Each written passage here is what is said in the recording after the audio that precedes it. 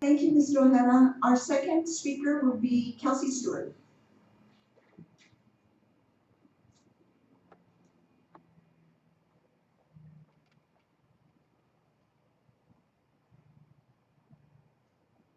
Thank you, Madam President, board members, Superintendent Cora, Assistant Superintendent Shefferly and Stashewski for the opportunity to speak this evening.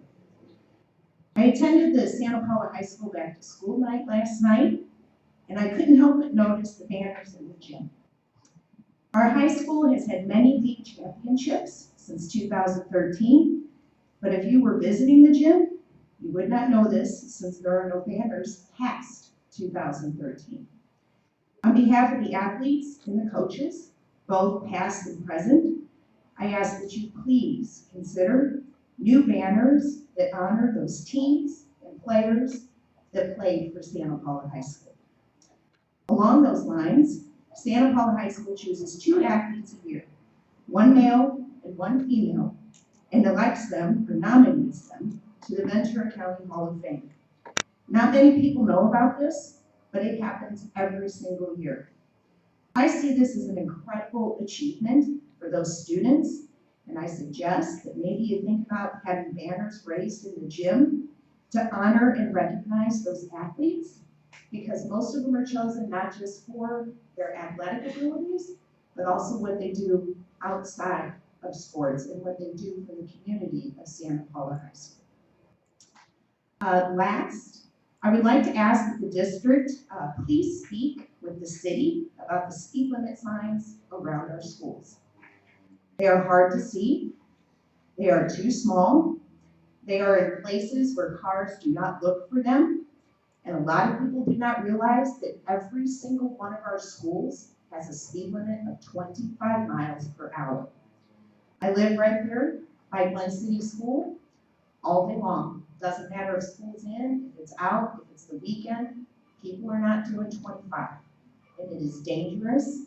And I think that our students, our parents, and our staff would appreciate maybe a little bit of support. Again, it's where those signs are placed. They are incredibly hard to see. I have gone to city council meetings and asked them personally. When I was on a committee while a board member, I asked them as well, and nothing has happened. And it's inevitable.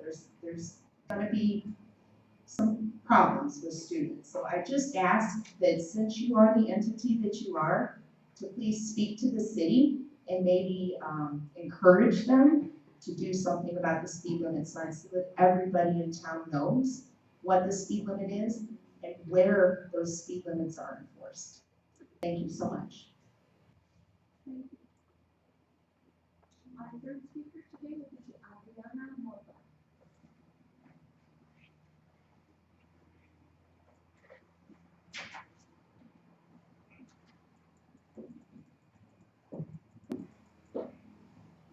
Good evening, board members. My name is Adriana Mota, and I am the one that has recently corresponded with you. I just thought that it would be nice to come in and introduce myself so there is a face to the name. Unfortunately, my husband couldn't come with me because we couldn't find a babysitter or a sitter because she's no longer a baby, she's in high school. Anyway, I just want to let you know that I look forward, both my husband and I look forward to a resolution to our issue so that we put that matter behind us and we can concentrate on what's important, which is our daughter's health and education. Thank you.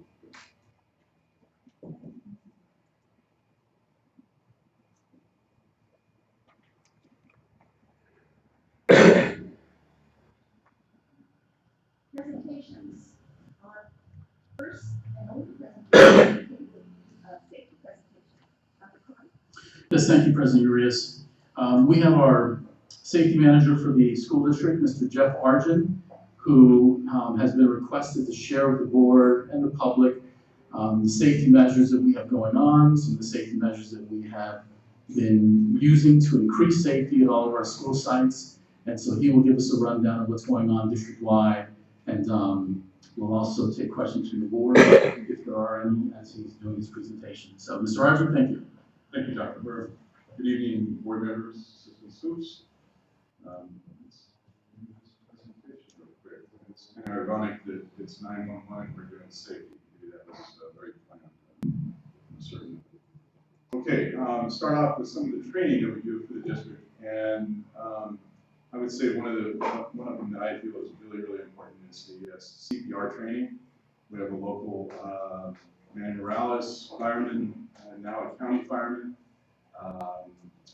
and he does the CPR, AED, first aid, EpiPen, and HIPP. For those of you that don't know what that is, it's the illness protection plan to help our athletes and to help our students with heat issues. Our next event is going to be October 14th and 15th. For our staff and coach members, we will be studying a curriculum, and we'll be in the curriculum lab from 4 to 6:30 on those 2 weeks. Our Titan HST is our other big program that we're using in training. Our training will be to our teachers, our admin. We would like to train the board as well as the cabinet and our leadership team. The next item is safety training. This is myself and Kevin.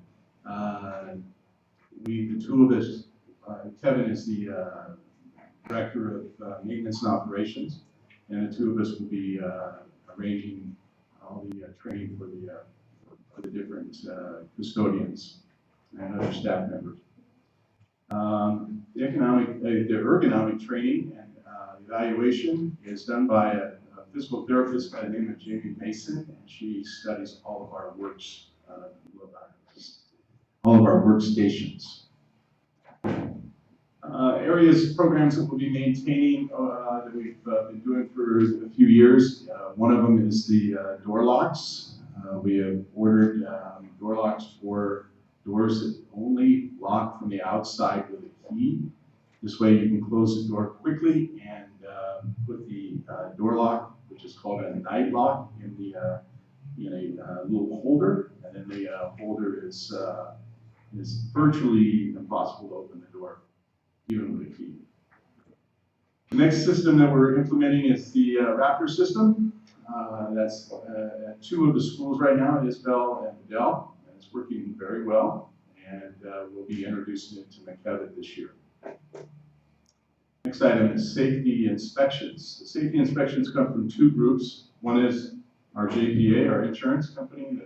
It's called the Ventura County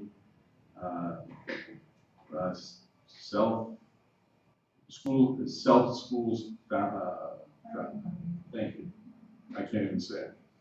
And I deal with them all the time. And Tim Coping is the director there, as well as the Ventura County Fire Department. We'll have a captain on duty that will come by, and they focus on different items. Obviously, the fire department is looking for fire issues at all times.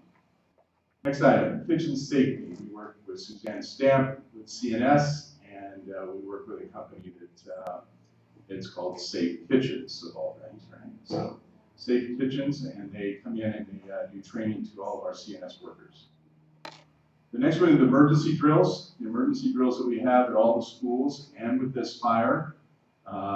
We'll do everything from the drill, we'll do a lockdown drill, we'll do a hard lockdown and a soft lockdown drill, and we'll do earthquake drills. And we rotate those 1 per month for all the elementary schools and 3 of them at the high school.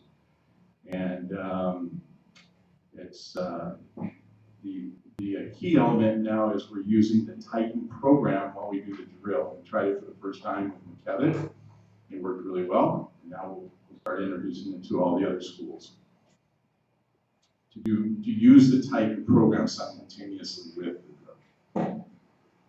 Okay, the risk and safety management meetings that we do monthly. They are at the BCOE, and we have a director of risk management. His name is Russ Olson, that goes through many different risk and safety issues for all the districts throughout the county. One of the programs that we'll be doing is the Comprehensive School Safety Plan, the CSSP. That CSSP, we have a couple new checklists that will help the principals out. Jeff Robinson did a real short one.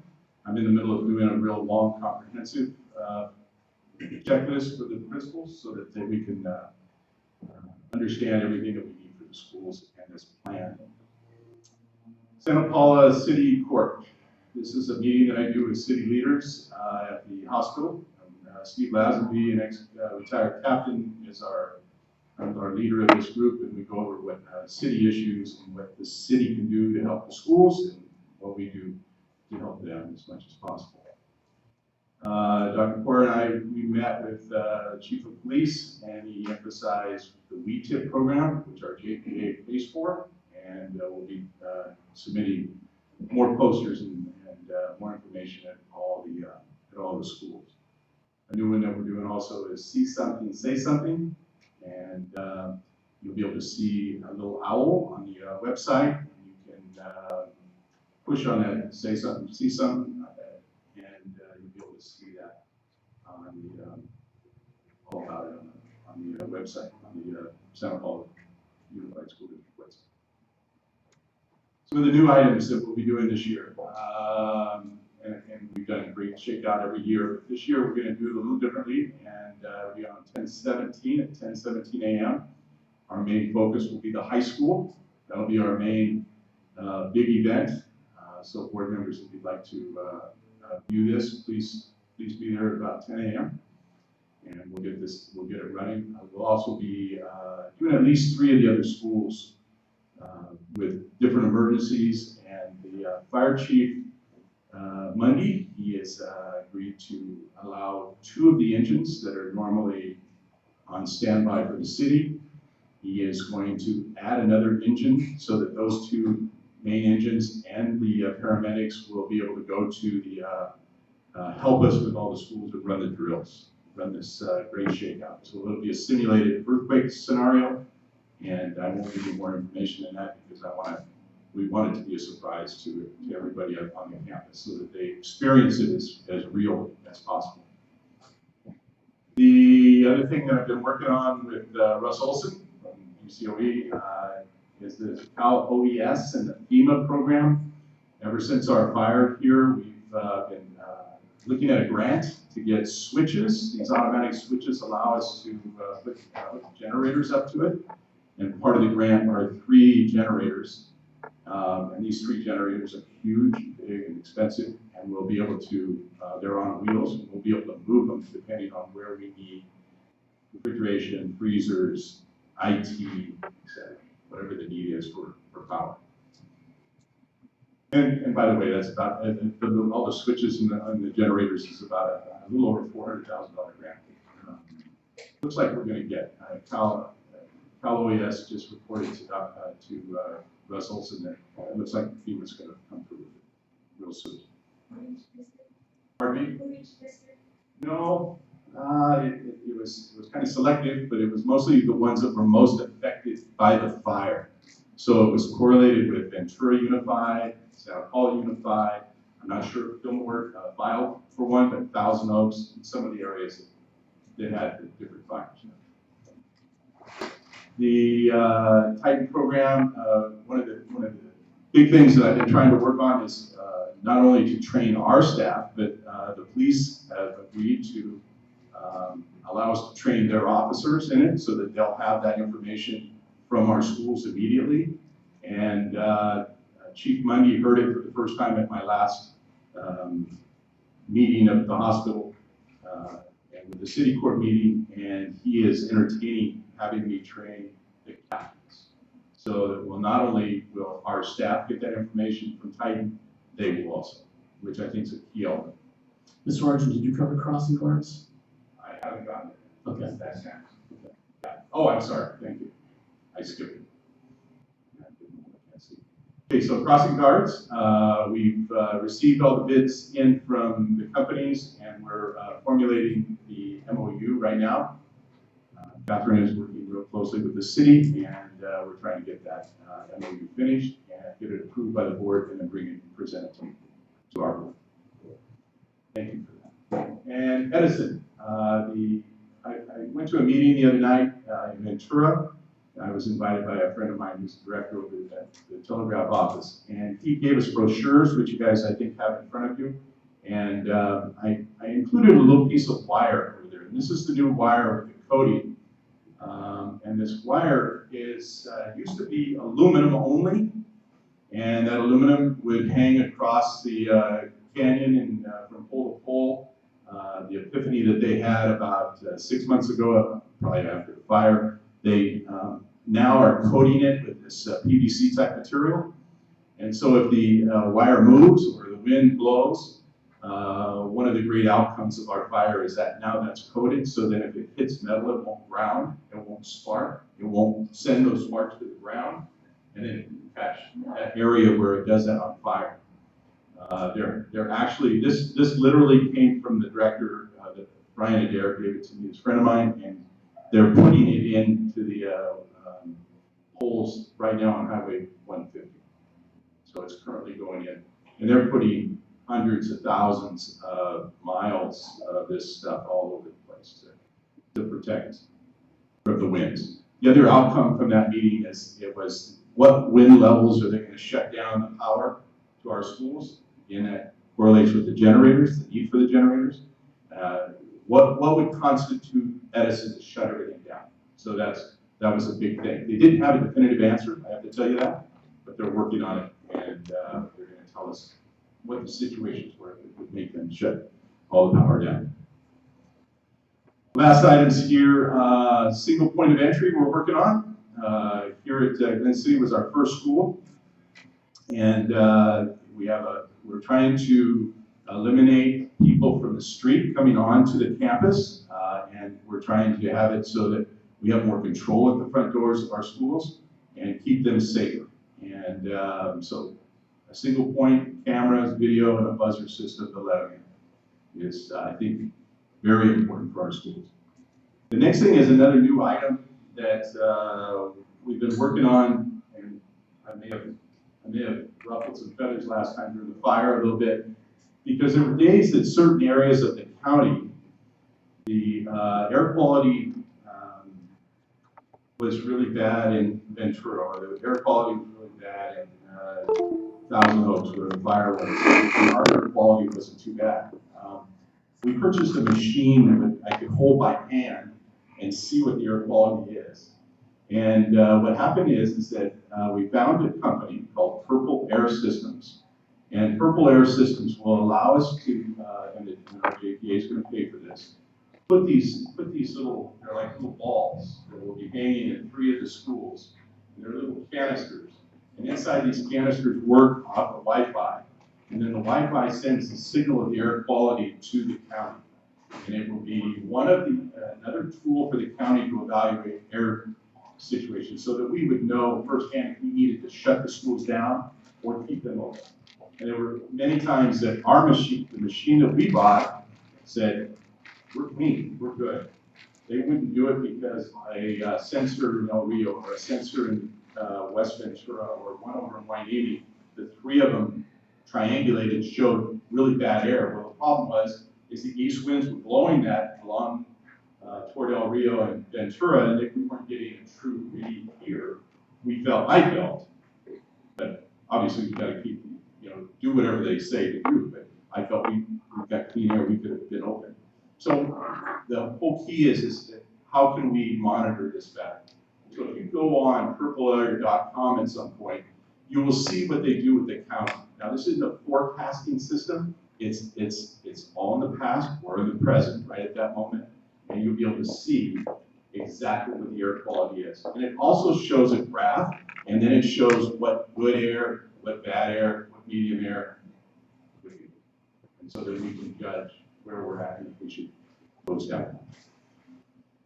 The final 2 items that I took from Chief Mundy, he wanted to make sure that we all had pulse points and BC alert on our phones.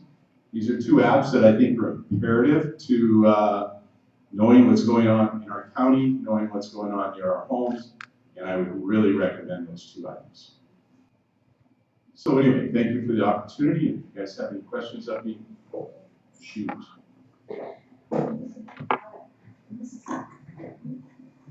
Just a comment, I'm really glad that you included the board members in the training for typing, because I have that app on my phone, and when it goes off, I have a heart attack, and it's just a drill someplace, so I'm really looking forward to the training. Good. I don't want you that way. That defeats the purpose. By a little bit, maybe by a lot. On the trainings, and I thank you for all this update, because I know safety is always a concern for the parents and community. Is there any special training? I know coaches have it, but teachers about concussion awareness, because there's a lot of that, and so is that part of any of your training that you give to the staff, or no? It's not. Not in the current system, but I should work with Danny, I should work with the ADs and get that more implemented. Because when students do get it, it affects the classroom, so I'm just thinking further down the line, so anyway. So usually the best training for that actually is to err on the side of caution and make sure that it's being covered by a physician. So you can give it to the doctor. In addition to that, our coaches do have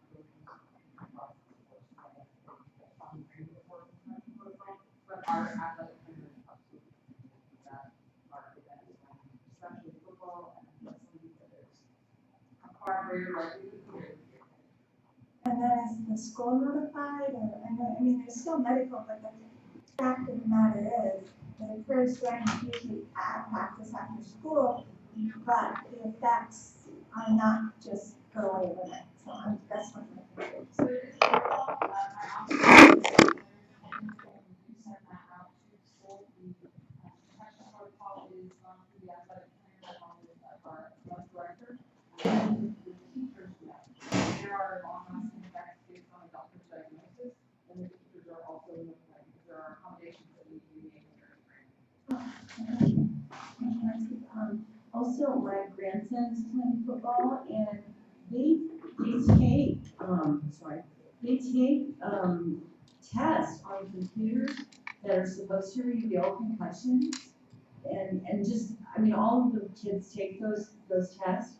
And also, I know the player who was hurt last week, I think it was, and he's off, he did get a mild concussion, and he is off for 2 weeks until the doctor says he can do that. So what happens is the test that they take is known as the baseline. So they do a baseline test. They know before they have a concussion where they're at and how they're doing cognitive thinking wise. And it's long too. And it's long. And my daughter had to go through it. She had 3 concussions during her one sport. And the bottom line is they would have to take them and take the test. She was out one time, almost 4 weeks before they could reevaluate her, and she scored high enough on the test.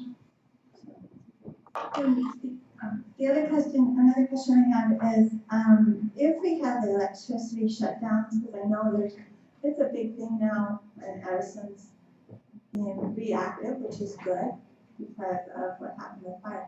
So my question is, are we then going to set procedures or protocols if we end up doing electricity? Because sometimes electricity goes out and it's usually an hour or whatever, but if we know from 7 in the morning till 3 in the afternoon, I'm wondering, do we have those in place, or should we start thinking about this? So the good news is we're being notified. Sally has it set up to where we're being notified immediately when they're going to do it. But I think the crystal ball syndrome isn't really in effect. I don't know that they know, unless they're doing some servicing, exactly what would happen in an emergency versus a servicing situation. So on the form, it usually, I believe it says how long it would be out and what they're doing, and then they tell us, hey, you're back on and everything's working. I think that actually comes through that penny on the facility side that isn't involved in the resolution. I guess I'm also, I want to be more proactive instead of the reactive part of the side. So I'm thinking that we should think ahead, and if there's a certain time that they tell us they're going to be out, because again, it's a new procedure, then what are we gonna do? Because obviously having electricity off for 2 hours is different than having it off for 4 to 6 hours. It's just a suggestion. And then my final one is I appreciate Titan. I know I found, Pam is the air conditioner, I'm the Titan person. So anyway, I'm still concerned because there's no rollout to the students, and I know that there's the pros and cons of it. But I seriously think that we should continue to move forward to having students enrolled if they want to. It's not a forcible thing.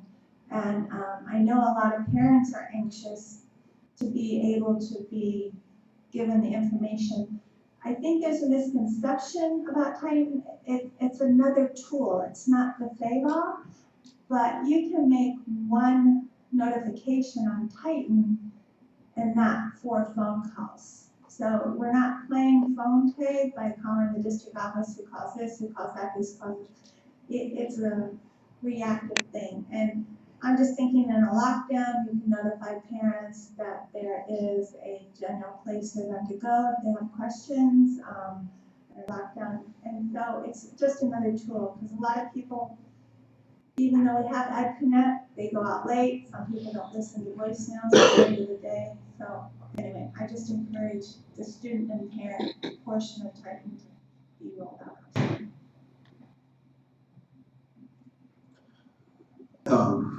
First off, I want to say thank you for bringing up the safety issue. Safety is obviously a big concern. Everything that's going on nowadays. I just have 2 questions, and just remind me, what's the difference between a hard versus soft lockdown? Okay. So a hard lockdown is something that we would experience if the police were asking us to literally sit down, put students down in a corner, turn lights off, and be extremely quiet. That's usually the protocol, the reaction from the call. And they're saying that there's immediate danger in that area, and that we don't want any activity, and we want everybody to be down. And so we essentially lock all our doors and get down and essentially entertain the children as quietly as we can and maintain them. Soft lockdown is if they know that there's something going on in the area, they notify us, they tell us, and we would then just have the teachers, usually lights are still on, usually where school is normal, and but we're not switching classes, we're just staying put, and we're waiting until we get it all clear. And then once we have that, then we can go into a normal scenario. And that's a main difference. That's a quick scenario. Are there different codes for hard versus soft? So Codes, we would just say it. We would just say it. You know, we're in a soft lockdown. We're in a hard lockdown at this point. We are trying to get bells and buzzers as we improve some of the bells and buzzers. The high school is got that system down, and different sounds would correlate different reactions, and that would be whatever. Okay. And then my next question is, we talked about this before, but what exactly is the chain of command for classes that happen to be off campus, such as CBI trips and field trips, etc.? So like, what exactly is the chain of command? How does it get to the school bus? Whoever's on that bus knows where to go. Just refresh us on that.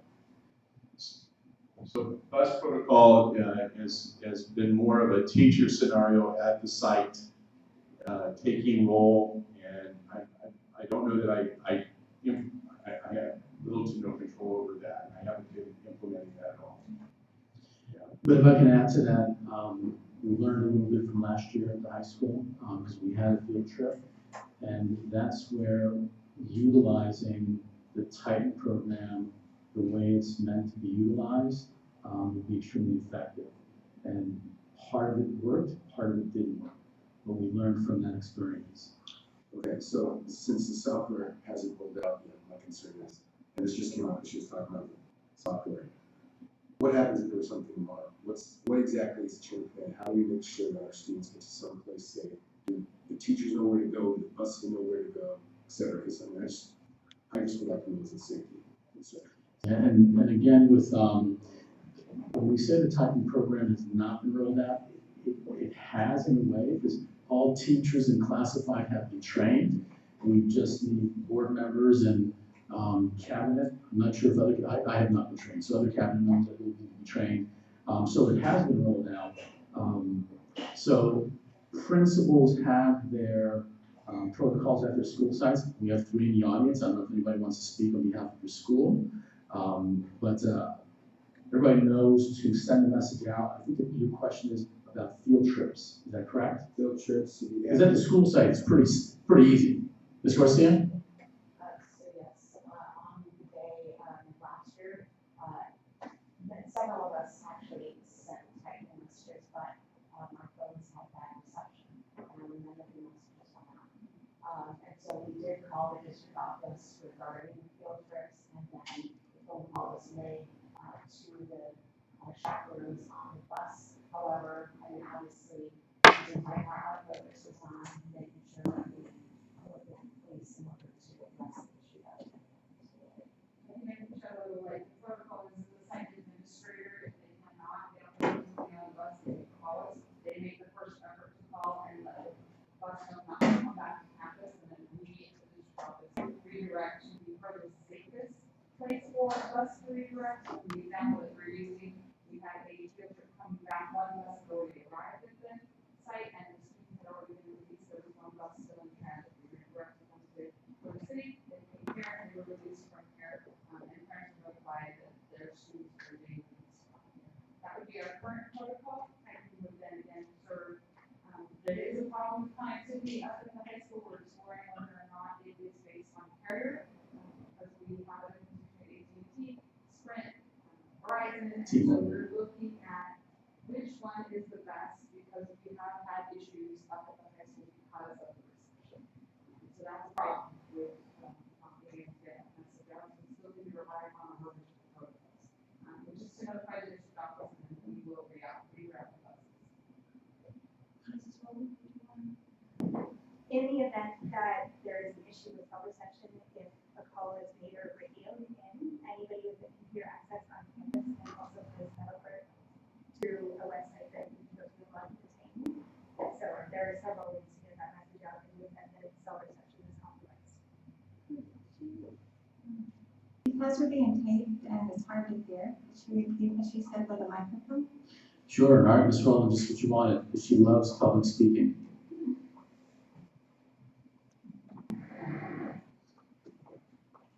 For those of you who don't know, she's our technology expert.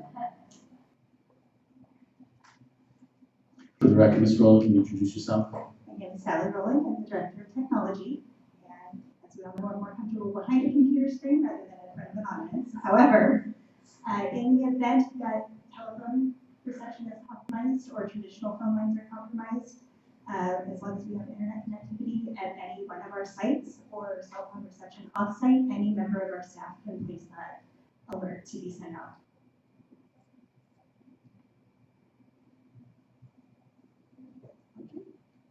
Any other comments? If we go back to the slides, there is a hyperlink to the requested, see something, say something, so we could click on that to get us to the hyperlink, and then we were able to put the meeting as requested as well after sending the unified reporting line. So this is our front page, and if we scroll down, we will see our little owl.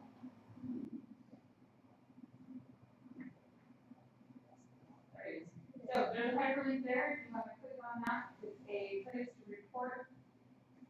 And there is a template so that any incident can be reported, it comes to myself, it will go to a site principal once it is vetted, that is where you can put in either anonymously or with details, any incident that you might be reported, and it will be followed up on. I'd like to thank Ms. Colbeck for making that suggestion, which I believe you saw down in San Diego. So that prompted us to pop that on there. So thank you. And Titan does have the capabilities for students to also report. Also, correct. And if I can, if there's no more questions, I want to thank Mr. Arjun for his work, his communication with the police department, fire department, county, and everyone else. And thank you. We'll be looking forward to another update second half of the school year. And Ms. Geary, thank you. Ms. Rowland, thank you. Thank you. Thank you. Okay, before we go to our next, to information items, I know we made an exception for the fructose tape, or for Mrs. Fructose to speak, but I did want to take a moment to introduce our student board member, Natalie Rodriguez. Thank you for joining us. And Dr. Cora, did you want to say a few words? Yes, I want to give a round of applause, first of all, for being a student board member, so thank you, Ms. Rodriguez. And being an 11th grade student, she had some transportation issues, so out of her control. So thank you very much for being here. So, Ms. Rodriguez, what's your report? Okay.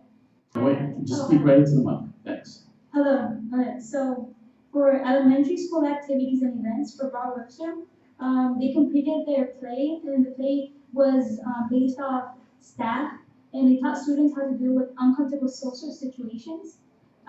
It was also directed. It was directed and written by a counselor.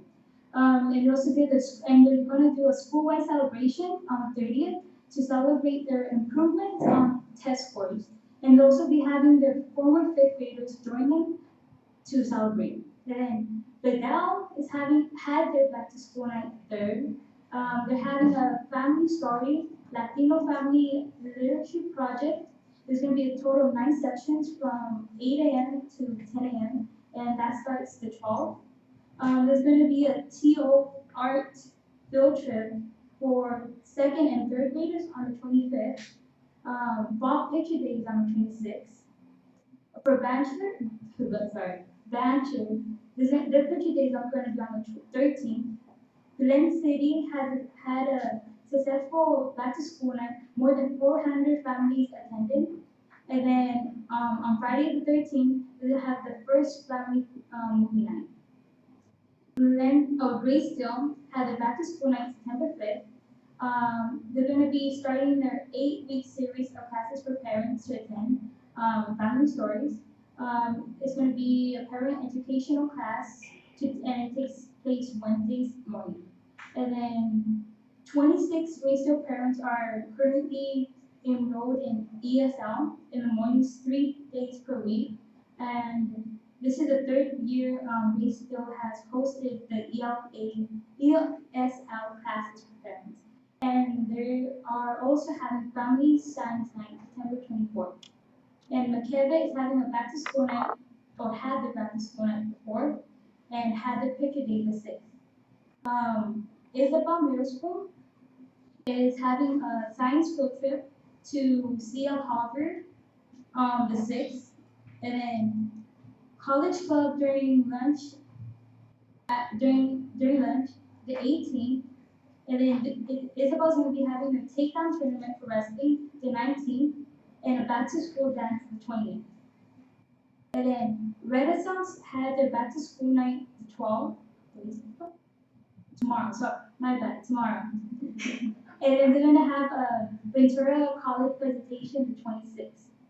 And then the Santa Paula High School, the college and career have set up the VC class starts up today for the VCs. And then a VC and EALOP financial aid presentations September 16th through the 18th. And then senior academic recognition is going to happen during lunch the 25th. UC Merced is going to be presenting in the auditorium during third period on the 25th. And then UC and CSU presentations are going to be happening second and third period. And they're going to have a workshop after school the 26th. And there's going to be a senior night from 6 to 8 p.m. on the 26th. And then they're going to be presenting SATs test preparation the 28th. And currently tennis, volleyball, cross country, and football are currently in season. ASB, student body, associated student body. We're going to be having dance practice for homecoming starting this week. We had suicide awareness the 10th, Patriot Day today. We're going to have a class advisor and student training the 12th, a rally the 20th, youth night the 20th, club sign up the 20th, and College Day the 23rd. And we had a back to school night. It was very nice. And then we're gonna have family science night training on the 17th. And then senior portrait makeup is gonna be the 19th. And then Spark is having their annual yard sale the 21st. And that's all. Thank you, Natalie, for your thorough presentation, and we look forward to having you at each and every board meeting. Welcome. Thank you. Okay, going on to information 8, review of board policy 6145 extracurricular and co-curricular activities. We have some public comments, so we'll start with Cynthia Frutos. I have a question how many people take every morning, if that's possible, for President Lewis? Okay, Thank you. we usually go in order when we get them, but that's fine. I can take this outside. Thank you so much, I appreciate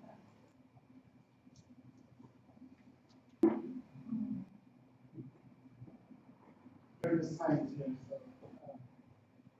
members of the board, faculty, and I truly believe this amazing community of Santa Paula. First, I want to start off by congratulating Santa Paula High School for a job program last night at the open house. Very informative and amazing. It warms my heart to hear cardinal pride in our youth. It gives me greater pride to see former students, Natalie, other students, parents attending such an informative event. So again, thank you, Cardinal staff. For those who don't know, my name is Tommy Frutos. I wear many hats. Currently, I'm a fourth grade teacher at Oliveland School District. I currently coach high school baseball here for your amazing Cardinals. I'm a lifelong resident of Santa Paula. I believe Cardinal read all the way through. I worked as an office consultant for 18 years for the elementary school district. But my greatest pride is to be father to my sons and my family, and to be family member with my beautiful wife, Cynthia. I come before you as we're concerned about AB 6145 and AR 6145. Please know that this is not a football issue, versus rather a miscommunication of board policies. AR 6145 reads, when a student becomes ineligible to participate in extracurricular and co-curricular activities within the upcoming grading period, or when he or she is subject to probation, the principal or designee shall provide written notice to the student in his or her time. I'm here to inform the board that when my son started summer football back in June, he went through the entire process. He went through his physical, he completed all the clearances needed. And so when we got that clearance tag with that, we made the assumption that he was going to go forward and continue to play in this athletic program. Needless to say, he did not miss one single practice. This is his first practice that he has missed today. We thought it was important for him to learn a little bit about humility, civics, and self-determination. I'm here before you, board members, to please consider 6145 board policy, which reads, and again, members of the community, the audience, we did pass out several packets so that you can follow along if you have questions. And board policy 6145 reads, the superintendent or designee may grant ineligible students a probationary period not to exceed one semester. Student granted probationary eligibility must meet the required standards by the end of the probationary period in order to remain eligible for participation. Board members, we're reaching out to you as we've had some correspondence. Okay, Tommy, maybe Cindy wants to finish up. Would you like to finish up? There are others that Posh would like to yield their time to me based on that. I can always come back and finish up. Well, I think right now we need to stick to the 3-minute rule. So why don't we have your other speakers come and. I can finish up that. For those that want to finish, that want to yield their time. So that's thank you. Oh, okay, Cindy, did you want to speak?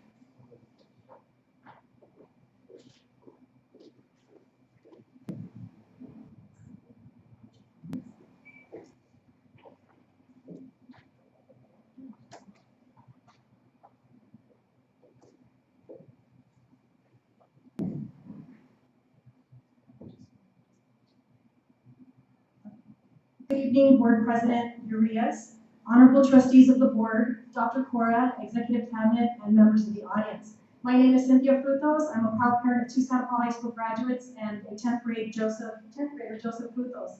I have been an educator for 25 years, working in a neighboring district as a director of student services with a primary expertise in board policies, administrative regulations, and education code. However, tonight, let me make this very clear. I am here as a parent advocate with more knowledge than the average person when it comes to board policies and administrative regulations. However, I'm here to discuss and demonstrate the blatant violation of board policy administrative regulation 6145. Note in the policy that was handed out to you by my husband Tommy, if you look at AR 6145, I highlighted for you when a student becomes ineligible to participate in extracurricular activity or co-curricular activities in the upcoming grading period, or when he or she is subject to probation, the principal or designee shall, not may, shall provide written notice, circle written notice, to the student and to his parents. That did not happen. That is why we are here. That's a violation of board policy, and I'd like to make that very clear. This is not a football issue. This is definitely an issue that is much bigger. As you are aware by our email sent to Dr. Porter, we sent them to all of you board members respectively. Thank you so much for Ms. Urias, Ms. Thompson, Ms. Mead, and Ms. Kopek for responding to us, confirming that you received those. We have tried to resolve this violation of board policy and administrative regulation issue at the lowest level possible. That's my training, that's my respect to the educational system. However, we are now here before you making this a public issue where we have to discuss my son's issues in public. When this could have been and should have been handled at the lowest level by many administrators and levels that we have gone through before it has come to you. Again, when you look at the board policy and the ed code that my husband will be handing out to you, it clearly defines that Santa Paula's board policy has backup in ed code. It's also cited in CIF regulations, which is their basic constitution is what it's called. So it gives you that authority. And it is an existing board policy that you had. However, when we met with everyone, they did not know that this board policy even existed. I had to bring it to their attention, and everyone said, wow, I didn't know that. And it got me thinking, how do you not know you have a board policy? That just does not make sense to me. So again, when I asked at all levels, we started at low level. We started with the coaches, with the athletic director, with site administration. Mrs. Aguirre and Mrs. Garcia and Mr. Guzman met with us, and then we met with Dr. Cora. We asked, what are you going to do to rectify the violation of board policy? At all levels, I don't know is the response. I don't know of a board violation is unacceptable. I have been in education for 25 years, and that is unacceptable. Thank you, Mrs. Frutos. Louis Chekor, We're going to keep going. We're going to have some yielding minutes to us. I'd like to hear from them. Is Mr. Chekor going to speak, or you?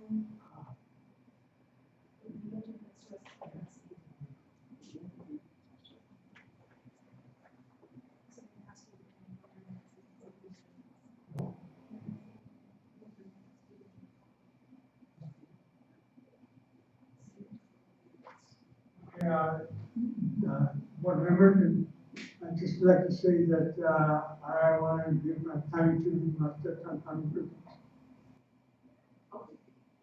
Are the rest of your speakers going to be yielding time, or, because we still have 5 or 6 more. Carmen Chacon, will you be doing the same? Yeah. Okay. Tomas Frutos?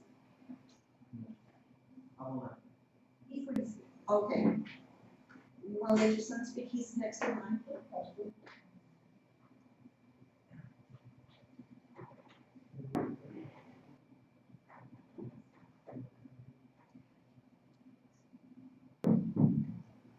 Good evening. My name is Tomas Frutos. I graduated in 2018. I was a 2-sport athlete, participating in football and baseball. Currently, I'm playing baseball for BC, and I'm in my 2nd year. Forgive me for my attire, I just came from baseball practice. So, Kobe Bryant once said in an interview, there is no greater metaphor for life than sports itself. Without sports, I believe going through life will be harder because there will be less opportunities experienced firsthand the struggles of anxiety / anxious situations, failure, and many more situations that we learn through sports. I'm here today to ask you to not only give my younger brother, but many more athletes the equal opportunity to participate in sports across the board. Also, I am one of the recipients of such banners mentioned earlier by Chelsea. Thank you. Thank you. Joseph Frutos.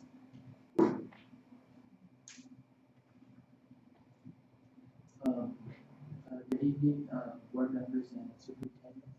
My name is Joseph Frutos, and I'm a current student in 10th grade of Santa Paula High School. And when I was not able to play football, my motivation and my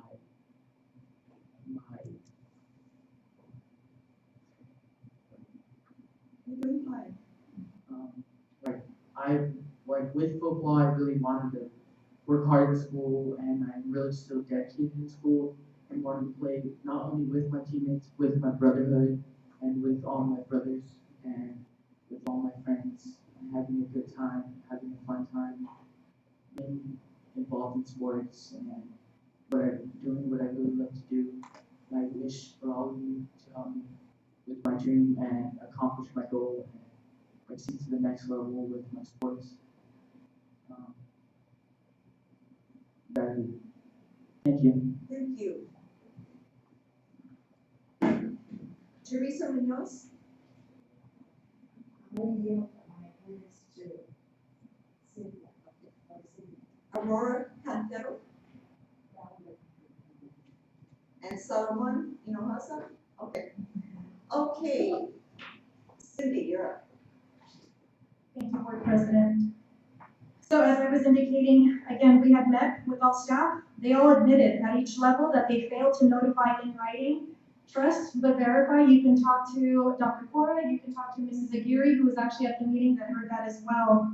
And again, for a GPA issue, however, at the end of the school year, when we received this, the semester credits, my son had a 2.12 GPA. So again, it becomes, what is the definition of the GPA that you're looking at? If you look at the Cardinal Code of Conduct, I went through and I scoured through the Cardinal Code of Conduct because that's what they kept citing to me. And in the Cardinal Code of Conduct that my husband will be sending out to you in a minute, in subsection 5 or number 5, it says all students participating in extracurricular activities that meets the requirements of a 2.0 GPA.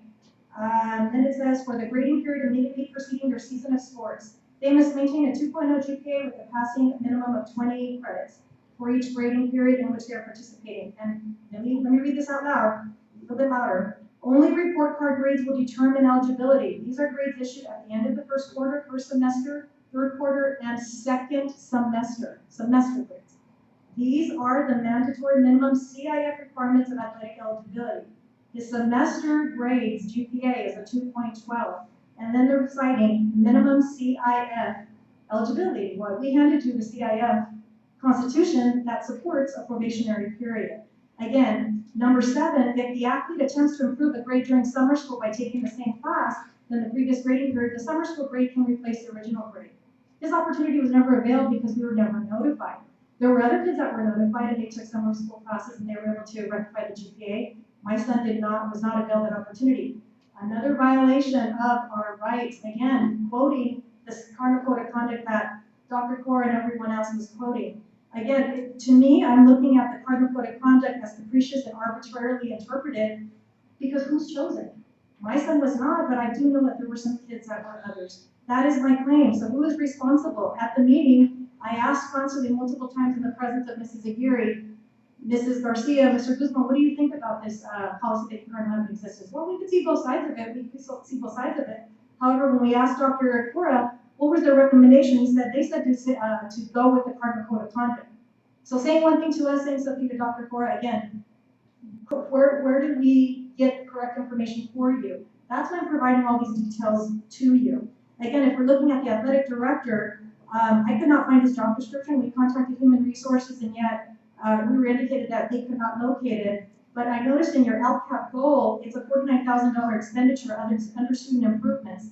Is this board approved, the Cardinal Code of Conduct? If you have a policy, you have some funding towards this position, where's the job description? Again, it also states that it's funding 154,000 for an assistant principal. So there's lots of layers of protection at the school site.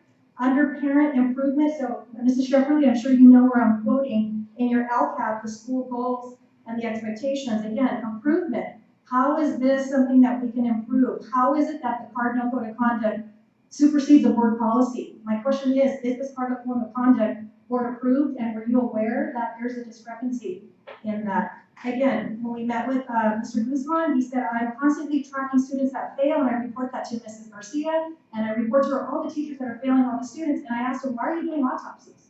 Why aren't you doing preventative work that are student-centered preventative measures in which you find kids, you can run your DF list, find kids that are in failure of failing, in jeopardy of failing, and then report that to Mrs. Garcia. Let's not blame the teachers who are failing, kids, your quote. Let's look at strategies that you have in place, and you have systems in place. You have a technology person that can run those reports for you, and part of the eligibility. Again, student-centered decisions is what we're asking, because this is an injustice that's so wrong. We ask you tonight to direct the superintendent to implement the existing board policy administrative regulation 6145. Also, it's restorative justice, what Santa Paula High School touts it's all about. How do you run the right? That's how you'll run the right. You don't say, I don't know. Let's model, let's practice what we preach. Local districts, Fillmore Unified and Ventura Unified, they are currently implementing these student opportunities, and they see them as opportunities, not punishment. Right now, do we want Santa Paula to have a reputation as punitive? I don't.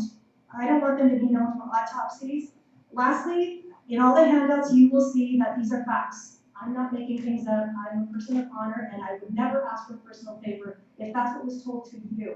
I'm asking you to make a right out of the situation.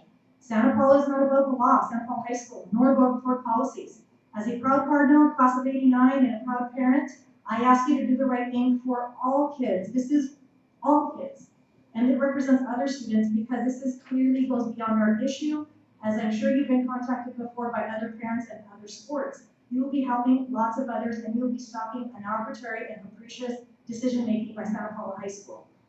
Each board member, I look to you to follow these policies and to follow the rules. It's not up to high school administration to like or dislike these policies. As an administrator, Ms. Mead, you know that this is part of what we do to make an equitable system for all and create access. My son, your student, deserves this opportunity. As an educator, as an English-speaking person, this is how I'm being treated. What happens to our people who don't speak English, who are uneducated? What are they told? This is how I'm being treated. I asked, I pleaded you. When you ran for board, you all said we're here to represent parents and students. I'm asking you to listen to me as a parent and to represent us. You have 6 minutes left, being that 4 people preferred. Would you like to split that between you and your I would actually like to defer that to Tom. Okay, thank you. And thank you, board members, for listening to me. I appreciate it. I think you know who the brains in the family are, except for the last two. Cindy. Without a doubt, for those who do know me, I look across the audience. I'm definitely the one with passion. Not that my wife is not, but I'm the one that understands when you take an adverse situation, you make it good. I look over here to you. I remember your brother Ivan. All those many days, and I've been out of bed and ready to school. And look over to Ms. Olivo, going and making home visits and pulling some beers and having some students sharpen pencils and sitting down and working on homework. It's those things that we do. I look at you, Ms. Thompson, and I recall the wonderful things that you've done for your church and for our community, and I thank you. I have this strong connection with Ms. Lee, having worked in the elementary school district for many years. Hopefully, I've been a beacon of light, and hopefully you've seen that in me, and know that I have always been an advocate for thousands upon thousands of students in our community. I think about you, Ms. Colbeck, and I remember the time when we sat together, whether it was confirmation classes, working together, trying to enlighten our students with our Lord Jesus and so on, and then working to better our students. I'm not stopping. That's not going to stop. I'm teaching 24 amazing students right now in my classroom. Look at my they go up, right, Sheffield? You see them over there at all events, and that's because, not that I'm an expert in content, it has nothing to do with that. It's what I do, I know how to get it out, get them over the edge when I need it, right, Ms. Donahue? Remember those days at Park Webster? It's knowing how to do that. You have an opportunity right now, I'm asking you board members, please step up. Take the board policy that you have in front of you. It's not gonna cost you 1 red cent, right, business person? It's not gonna cost you 1 red cent. The procedures are there. Or the procedures are probably the ones that are gonna be worked out, but you have a policy that you can implement right now. Oh, the procedures in the handbook, yes. You have the opportunity to be a beacon of light for 5 students right now in the athletic program. And I want you to know, and I was hoping that my son would have brought it to your attention, but during the course of his freshman year, he was struggling, so we removed him from athletics. That is tough. You see that from my amazing goddess right over there, or God over there in Tomas, and tremendous athlete. My daughter, tremendous athlete. So it's important to us. So when it was that time to remove our son from baseball, which I'm a part of the program, it was challenging, but we did the right thing because that's what we do. Doing the right thing is not always easy, and we did the right thing. You have 3 minutes. I'm asking you, board members, to do the right thing. It may not be the easy thing, and we're here to reach across the aisle. What can we do to support you in implementing this program or this policy? It is. We would love for you to implement this policy. Are there any questions of us from the board that we have at this point? Mr. Reedus? Yes. I have one real quick one for Mr. Fruto. Way back on your first 3 minutes, you used a term that I wasn't real clear what you meant. Thank you for all your information. You said something about a clearance tag. So I wish the athletic director were here, but being one of the coaches, so there are several steps that an athlete must do in order to clear for the either upcoming season or the current season that the student is in. For example, I'll go with my baseball hat. We had students that wanted to participate in summer baseball. Therefore, they needed to get a physical that was driven by the school district or the school board. They needed to complete CIF forms, and especially if you can shed any light to this if I'm missing anything. They needed to complete forms that were online. With that, then the athletic department deems this participant cleared. Part of that clearance down the road should also be the academic clearance, and that's what I meant by there was that miscommunication on that end. So that was the tag? I just hadn't heard that term. Correct. The clearance tag. Thank you. Yeah, so the failure to make that connection with the academics and all the other clearances is our concern. Thank you, board members. I appreciate the opportunity. If you have any questions, please don't hesitate to reach out to us. Thank you, Mr. Brunos, and everyone who spoke. I wanted, before Dr. Cora discusses what he'd like to discuss on the subject, I want you to know that this is not on the agenda for an action item. It's an information item. Now, so there will be no action taken tonight on this topic. However, you can rest assured that this board is in contact with Dr. Cora on this very issue daily. So don't think we're not going to do anything or not thinking about it or that you came for naught. It is part of our discussions, but at tonight's meeting, there will not be a decision made. And with that, I'd like to give the floor to Dr. Cora and have him speak on this item. Thank you, President Urias, and I'd like to say thank you to those who spoke this evening. So thank you. Several different things. I wanted to bring up this item to discuss board policy, administrative regulation. I'll start off by saying that there's always things that happen that bring to light something that needs to get brushed up on or sharpened. I'll say that. Ms. Garcia and I had a conversation about the policy, about the administrative regulation. Spoke to athletic director Dan Guzman. We talked about several different items. I think as I look at the board policy, which lines up with education code, it is the code of conduct that is slightly different, and that is something that we need to correct and make sure all three line up. But both education code section 35160.5 and board policy 6145 instruction both mention the same information as far as eligibility. And they both mention that, as Mr. and Mrs. Frutos mentioned, that maintenance of a minimum of 2.0 grade point average on a 4.0 scale in all enrolled classes. So is all enrolled classes referring to the current class that the students enrolled in, which would be that semester, as opposed to cumulative grade point average. Like I said, when I spoke to Ms. Garcia, we know what we need to take care of. I also want to mention that as I spoke to my cabinet, I mentioned that I usually do a test when I talk about something for students. And there's a 3-part test that I put into play. I was asked, one, is it good for students? Is the first question I asked. Second question I asked, is it legal? Third question I asked, does it cost any money?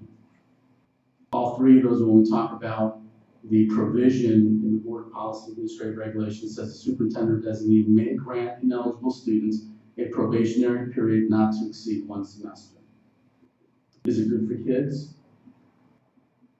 I would say, yes, it is, depending on the circumstance. I don't think you can put a blanket statement over all students for looking at each one on a case-by-case basis. Is it legal? It's an ed code.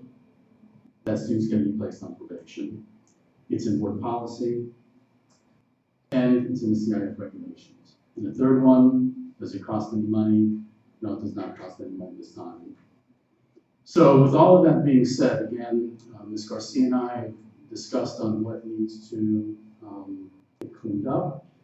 And on the other end, I'm going to be having more discussions with Ms. Garcia and Mr. Guzman in regards to what Ventura Unified and Fillmore, those 2 local districts that utilize a probationary period. So I will be sitting down and having discussions with the principal, assistant principal, to find out again more of what is happening at the current school districts, to see if that is something that we should institute here in Santa Paula Unified School District. So again, as Ms. Uria said, this is not an action item this evening, but it is something that I want to take a closer look at and go from there. Okay, any discussion or comments from the board? How long will this discussion period / closer looking period be? I mean, what's the waiting period for that? Being that, as Ms. Uria said, that we are discussing it often, including with my cabinet, including with the principal, the athletic director. I want to set something up with Mr. Guzman, who's been in contact with the athletic director of one of the high schools in Ventura Unified. So as far as answering your question, as soon as possible. Mr. Ria said that it's not an action item, which is true, but as an information item, the board has prerogative to give the superintendent direction. And so we could suggest a direction, we could suggest a timeline. It's not action. And my concern is that they tried at every level. And the thing is that mistakes were made, and I think we can all agree upon that. This whole clearance packet thing, I went online, it's very convoluted, and you get an email, and then you go and you get to go to practice. You got it. And this whole grade thing, he didn't have the opportunity to go to summer school. And as Tommy knows, my boys were usually on the line, and they had to go to summer school and that kind of thing. But when you don't know, And then right now, I think the thing that bothers me the most is that nothing was said until now. And so, to me, it's a mistake. Yes, we need to clean up our policy. Yes, we need to match code of conduct. Yes, we need to make it clear on the website. Yes, we have to figure out notification. But I also don't think that we use this young gentleman as an example, because time is of essence, and before the blink of an eye, the season will be over. So I would be comfortable giving you direction to use board policy to give the, whatever that was called, the waiver, the thing, and then work out the detail. I'm not saying 2.0, and he's hearing it loud and clear, get those grades up. And his parents, like Tommy said, I've known him for years, and his grandparents out there, and his father, who hasn't come with that many board meetings. The fact is that they know it too. And therefore, if it takes tutoring, if it takes whatever, academics come first. But I think our system is flawed, and I don't want to make it him an example. If I can recall, it's not one student. There are 7 students. I believe there are 6 football players, 1 cross country. There were 2 cheer squad students who also did not make the team due to not being eligible academically. So you're looking at least 9 that we are aware of, according to the information that was given to me. And so the same error was for them also? As far as notifying, notifying in writing. The report card comes out, and the code of conduct talks about the grade point average. You put the 2 together, but as far as when you read the board policy and administrative regulation, you can read it clearly as being notified in writing, student and parent. And so. But notifying in writing, we're into September. Grades should have come out in June, is that correct? Mm-hmm. And so the question is, again, he's been practicing, and all of those kids have been practicing, then I say maybe it's not one student, but we fix the policy because it's something totally wrong. I'm not arguing the 2.0. I'm just saying how we've come to this, and unfortunately it affects students, but again, you said it, is it good for students? I think in this situation it might be that we can right or wrong quickly, but they have now until when do the first grades come out again? October 11th? October 11th. See, they have almost a month. And you know what, if it's tutoring, if it's taking extra work, whatever, I think because they're competitive, I think they're gonna step up to the plate. And if they're not, then so be it. And I'm sorry, just to be clear, it's not one student. My feeling is, as a former teacher, and I want kids to see good grades. And so, it's upsetting to me that somebody would get a 1.86. I'm just gonna be honest with you. And maybe there were reasons for that.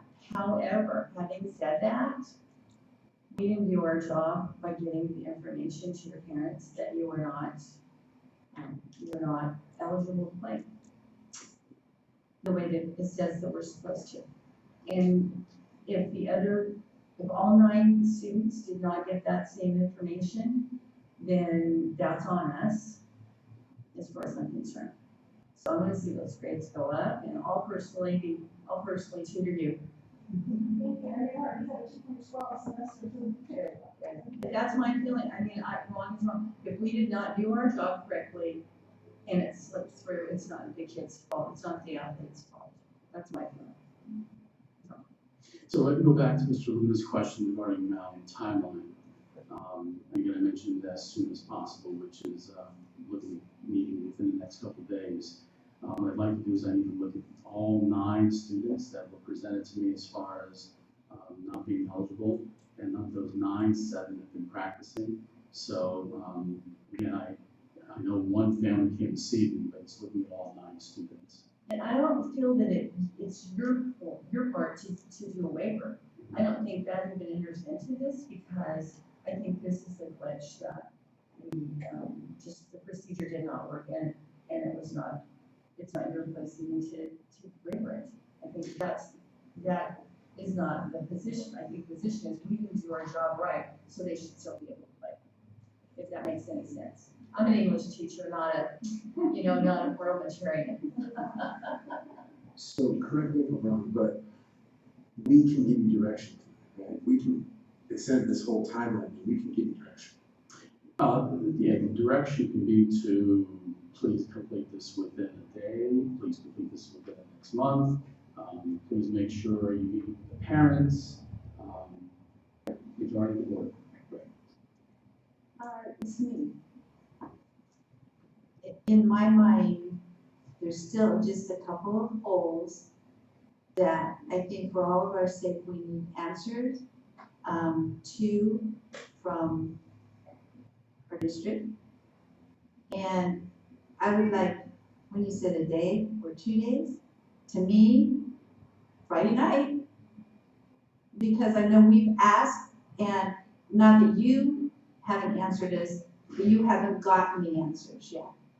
And if there was a mistake, I'd like to know for sure what happened, and we get it corrected.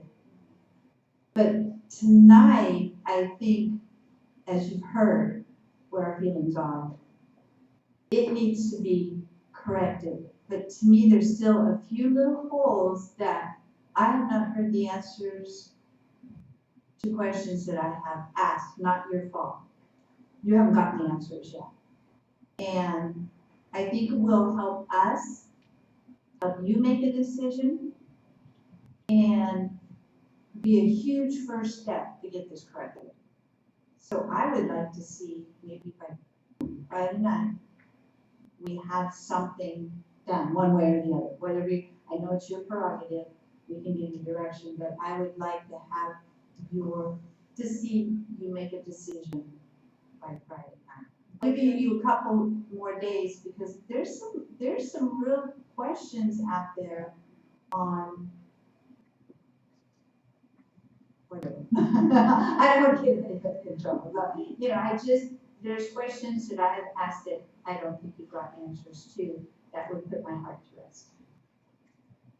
Okay, is this for the agreement that we would give Dr. Cora, a deadline, if you will, by Friday night? Next, home game, is it a home game or away game? It's Friday. It's away, okay, well, nonetheless, it doesn't matter. So is this?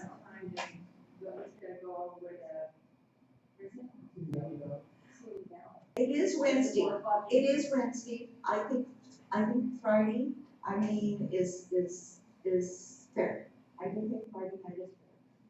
It's one more game, but I think you're getting a lot quicker action if this board is in agreement than you would have otherwise.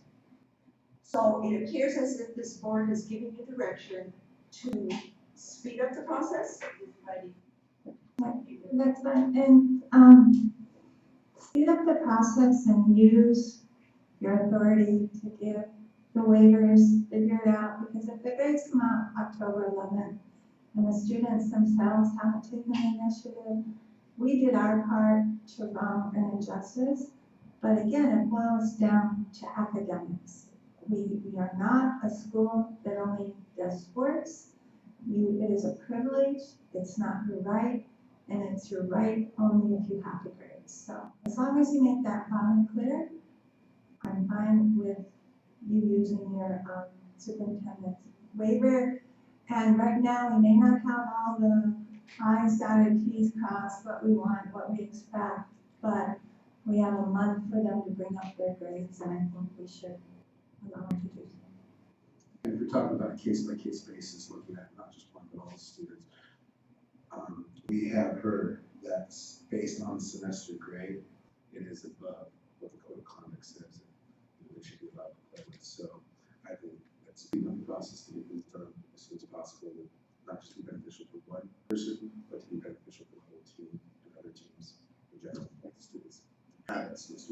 So you're not gonna have time to do a case-by-case basis. I think it's gonna have to be a clear admittance. Yeah. And, we had a similar situation with the soccer team, with the ASO people. At that time, we decided to, since it wasn't clear, we decided to go ahead and let things go status quo until it was made clear. This is somewhat the same situation in that, to let it go as it has been until it's clarified. So, with that, this board will give you direction to come up with a decision, which we will all need to support by, September 13th. As long as the board understands, we have to put a lot of things aside in the next 2 days to get this done. So if other stuff can get done, as long as they understand. Okay, thank you.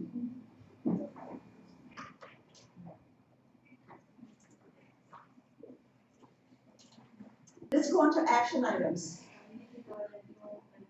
I forgot about that. Dual language. Immersion, how could I forget that? Thank you. Tonight, I'm going to provide an update on our dual language immersion planning process, and I'll refer to the attachment in the board agenda.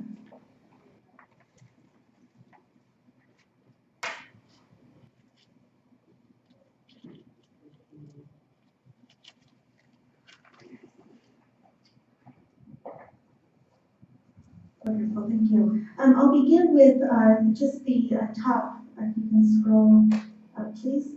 A review of our planning process during the 18-19 school year. On March 13th, Dr. Chris Nichols attended a board meeting and provided trustees with an overview on what the planning process would entail.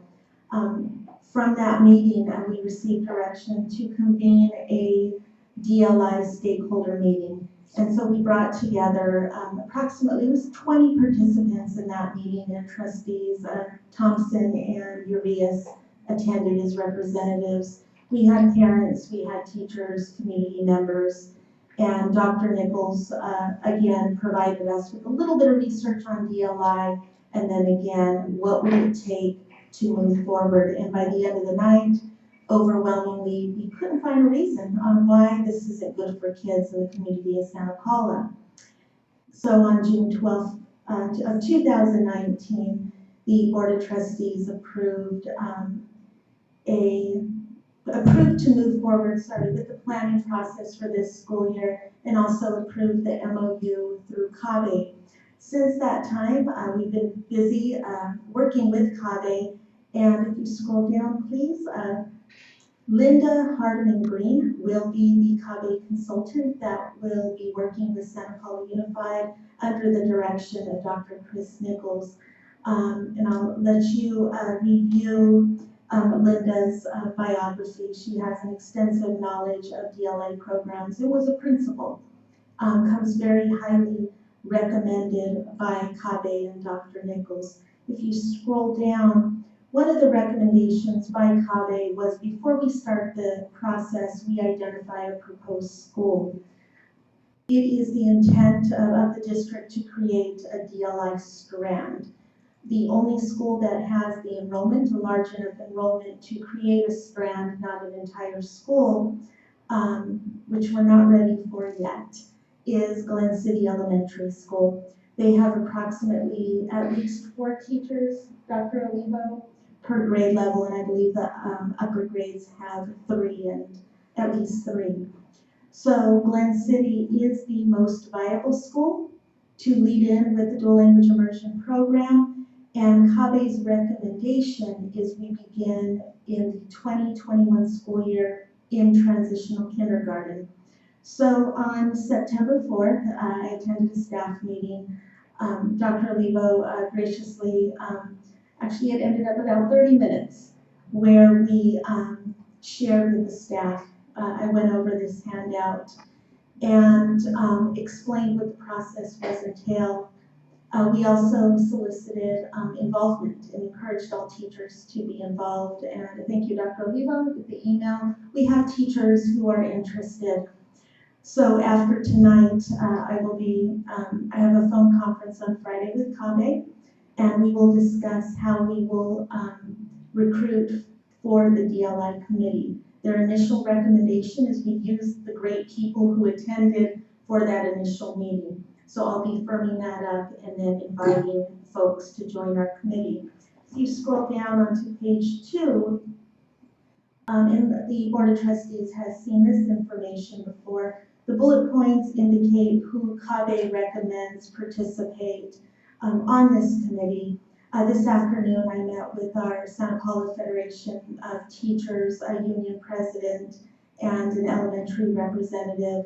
And we will have Julie Bergman, who's a wonderful first grade teacher at Glen City School, represent SPFT. And I'll also reach out to CSEA as well. We want to make sure that all stakeholders are involved, and you can see the other stakeholders who will be recruited to join.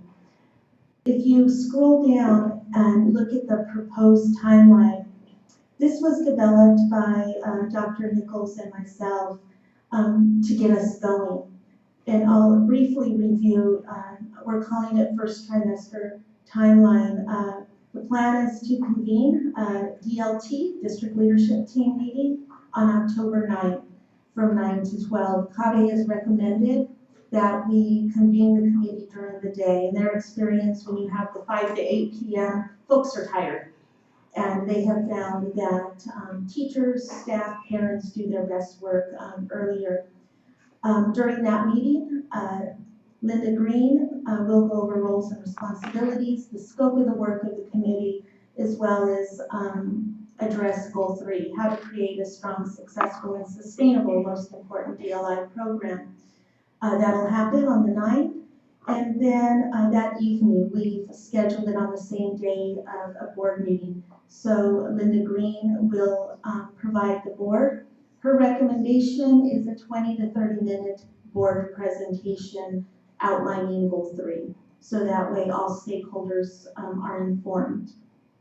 The next day, she will meet with cabinet from 9 to 11. And we'll begin to talk about what we should consider in terms of hiring and staffing.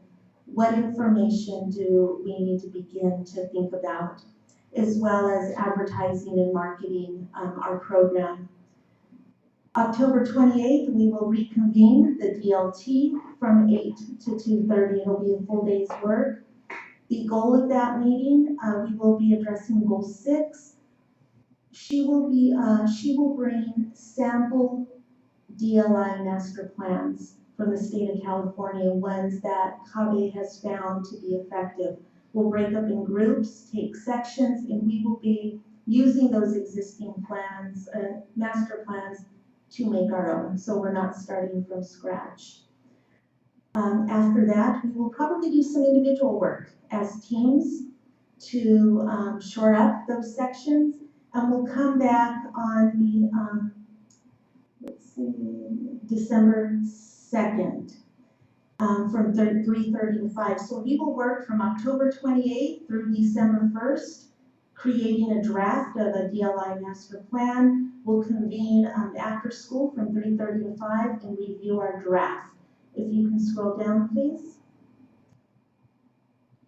December 11th, Linda will come out and meet with cabinet from 12 to 2. We'll review the draft DLI master plan with cabinet, and Ms. Green would like to review and like for us to identify possible dates for parent meetings.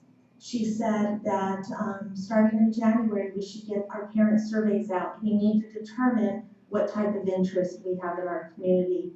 So she will work with us to get that started and get some parent meetings scheduled. And again, we'll talk about how we will market the DLI program. She shared that she will bring sample brochures, again, of programs and marketing campaigns that have been successful throughout California, with the goal of that evening to present the board with a draft DLI master plan and to provide the Board of Trustees an update on the parent survey as well as meeting dates. It's a very ambitious schedule. Dr. Nichols as well as Ms. Green have reassured me it's doable. And with CABE's support, we're confident that we can get this done. During October, I'll be making a meeting with Dr. Nichols and Ms. Green to comprise a second semester outline of how we're going to continue to progress during the planning period. But I wanted to give the Board of Trustees an update on where we are, and we're excited to begin. And I'm looking forward to the Friday phone call so we can get all of this started. Thank you. Any comments? Well, I would like to praise the district for starting the process. The research shows that the academic achievement of the students who participate in it raises. And I think that we'll be able to attract some students that are not in our district to come to our district. And I think we'll be able to keep our students in our district because of this program. So as I understand it, the first year you'll be just with TK. The second year, TK, K, and Right. with each year, keep adding. Correct. You'll continue rolling on up with the strand. The recommendation by CABE again is to start with 1 TK, then the following year 2 kindergarten, and then 2 first, 2 second, 2 third, because by the time you get to 4th grade, you want to make sure you have a solid class. And some kids move, some parents decide this might not be the program. So she says 2 classes through the primary. She said it's a wonderful problem to have if you get to 4th grade and you have no students who have left the program. But absolutely, we'll start with 1 TK class in 2021 and 21-22. We'll have 1 TK class and 2 kindergarten and continue to roll up and create that strand. Yeah, I think that those not participating or wanting to opt out will be minimal, if not zero. I know in Oxnard they have a waiting list to get into the program. Correct. So I have high hopes for the Absolutely. program, and we're not reinventing the wheel. We're having somebody who has experience doing this sort of thing. And I think this board's very excited that it's occurring. So thank you. Thank you for your work on this. Great for kids. I think, as Tina said, we all think it's a great idea, but can this be written into the LCAP then? Because of our, we still have to look at the budget. Correct. Now it's gonna cost a little more, but I just think as we move forward, we make sure it comes embedded in our LCAP so that the funding is there. Absolutely, and it is an allowable expenditure. It's increasing or improving services, academic achievement for all students. So part of the process is we'll be looking at funding sources with CABE as far as textbooks. We have restricted lottery and other pots of funds that we'll be identifying to support. So that's something we will be bringing forward to the board as a proposed budget. As shared at a previous meeting, I reached out to some colleagues, one of them being Marta Hernandez, who's very involved in DLI, Californians Together, and asked about approximate curriculum costs, and we were both on the same page. We anticipate about $15,000 to $20,000 per class to make sure that they have adequate materials, and she said that was a very generous estimate, and so we'll be working on that as well. But absolutely, it's an allowable expenditure in LCAP and a priority.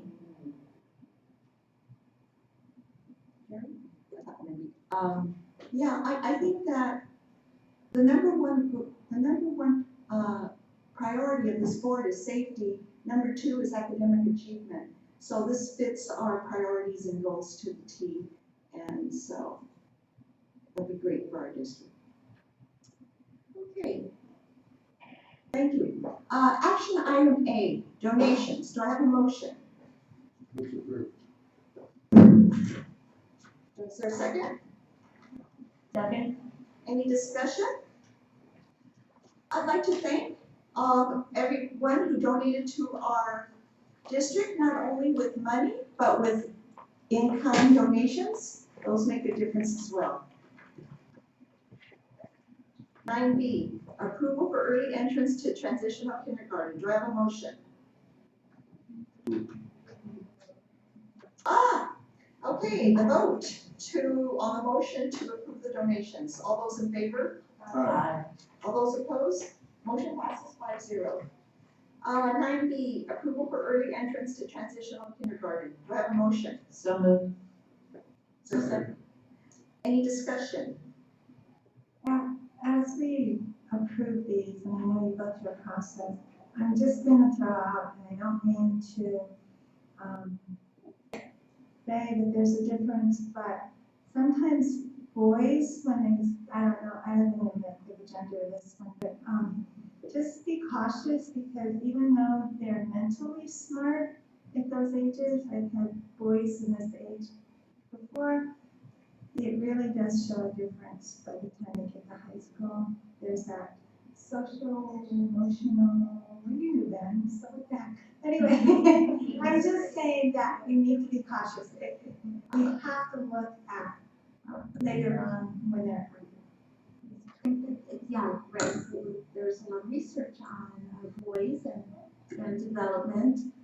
It's important to note that also with these kids, the little ones who are applying for early admittance to transitional kindergarten, they will meet the kindergarten entrance date next year. So either we grant them early entrance to TK and they get some school this year, or if we went forward and we denied early entrance to the transitional kindergarten, if the parent did not pursue other school options, they would get no school and still go into kindergarten next year. So that's one thing to consider. That's why we're very, very cautious, and I hear your point with the early admittance to kindergarten, because the state made very intentional decisions based on research to roll up that date from December to September. So we're very, very cautious on doing that. This one, they'll meet the kindergarten entrance date. It was just a general comment overall, when you consider variances. Every student, yes. What, you do an assessment, don't you? I mean. Yes, the schools do an informal assessment, but again, it's either some school or possibly no school, and they're still going into kindergarten. No, I think TK is a wonderful solution. Okay, so, all those in favor say aye. Aye. All those opposed? Motion passes 5-0. 9C, notice of public hearing for textbook sufficiency.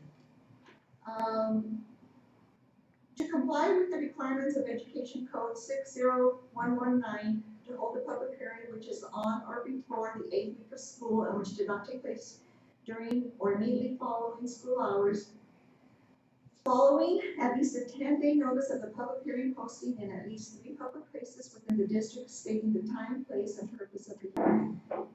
So I'd like to open this public hearing at 8:32 p.m. Is there any input? Having none, we will close it at 8:32 p.m. Which will bring us to the resolution for regarding sufficiency or insufficiency of instructional materials rationale. Is there a motion to approve? Move to approve. Second? Is there a second? Second. Any discussion? All those in favor say aye. Aye. Aye. All those opposed? Motion passes 5-0. 9E, unaudited actuals for 2018-19. Dr. Cora? Oh, yes, could I have a motion to approve? Is there a second? Second? Sherry or Dr. Cora? Yes, I'd like to introduce our Assistant Superintendent of Business Services, Ms. Sherry Zachewski, who will go through a PowerPoint giving an overview of our unaudited actuals for 18-19. Dr. Park.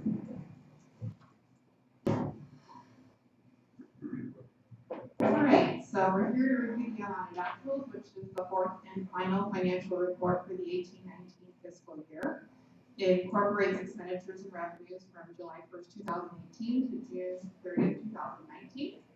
And essentially the board and the COE, the board must approve the unaudited actuals on or before September 15th, and we need to get it to the county office of that.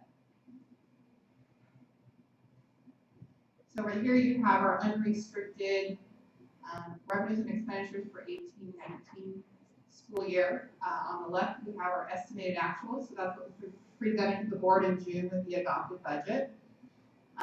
You can see under net change, a negative number of $492,000. That's what we expected to be in the red by at the end of this past fiscal year. The next column is our unaudited actuals, so the financials as of right now before they are reviewed by our auditors. And we're actually to the good, $586,000. So we're in the black, ending the year in a positive note, which brings a swing in our estimated ending fund balance from $15.3 million to $16.3 million. This slide here shows some of the major variances in revenues and expenditures. One that I'm really excited to point out is the additional $160,000 in interest earnings. During the economic downturn, there were a number of years we were barely earning 1%, usually 0.5% in interest on a quarterly basis. These past 3 quarters for this past fiscal year, which we just find out in June, we were upwards of 2.5%. So from last year where we earned $260-some thousand, we ended this current year with $434,000. And we had a low a few years ago of less than $100,000 in interest earnings. So we're in a positive turn there with interest. We also have a reduction in the amount of contributions necessary to our restricted programs. And I'm just going to point out a few things, but we tried to do a last-minute Chromebook purchase for RailCap last year. Unfortunately, the materials did not get received before June 30, so they'll be recognized in the new fiscal year. So we're down $160,000 in expenses for Chromebooks. Another positive note, we have an additional $140,000 in indirect costs we were able to capture from our cafeteria fund. In the past, the prior year we had the fire, so there was a number of months we didn't have school. We were finally reimbursed for those funds in the current year, so that helped them be more to the good, so we were able to collect some indirect from them and support the general fund.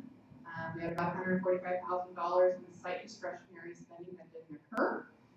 That will be carried over and budgeted in the new fiscal year for the sites. Luckily, our legal expenses didn't come in quite as high as we thought they might. And those are the major highlights, and read the rest of the line for you. I'm not one with this clicker tonight. This page here shows our components of ending fund balance. Again, our unrestricted ending fund balance for the 18-19 fiscal year is $16.3 million. Of that, we have our revolving cash, and we have an amount of money that we had to set aside for prepaid expenditures. So those are items for the 19-20 school year that we had to pay last year. For example, if we were going to do a training in July, but we had to pay for it in May or June, that goes into this account. Accounting transaction will happen in the new year that recognizes it in the proper year. We had a balance in our committed textbook funds of $822,000, and we also have about $2.5 million in assigned balances. Those are comprised of a number of reserves, including the $145,000 for sites, again, because those are monies we need to allocate in the new year. We also did not spend approximately $540,000 in LCAP safety and technology. Part of that's those Chromebook purchases that have already occurred. Again, that'll be budgeted in the new year, but we have to hold it in our reserves when we close the books. We also have an ongoing reserve for the East Area 1 startup of $500,000. And then we have an ongoing vacation liability of approximately $675,000. And we also have law monies that we receive periodically throughout the year. Those are collected in our unrestricted funds. But we do set those aside and reserve those for those purposes. That's about $630,000. So that makes up that 2.5 million. And then based off our total expenditures for the 18-19 school year, we need to reserve 3% of those expenditures. That equals 2.1 million. And then the balance is our unassigned reserves, which is 10.9 million.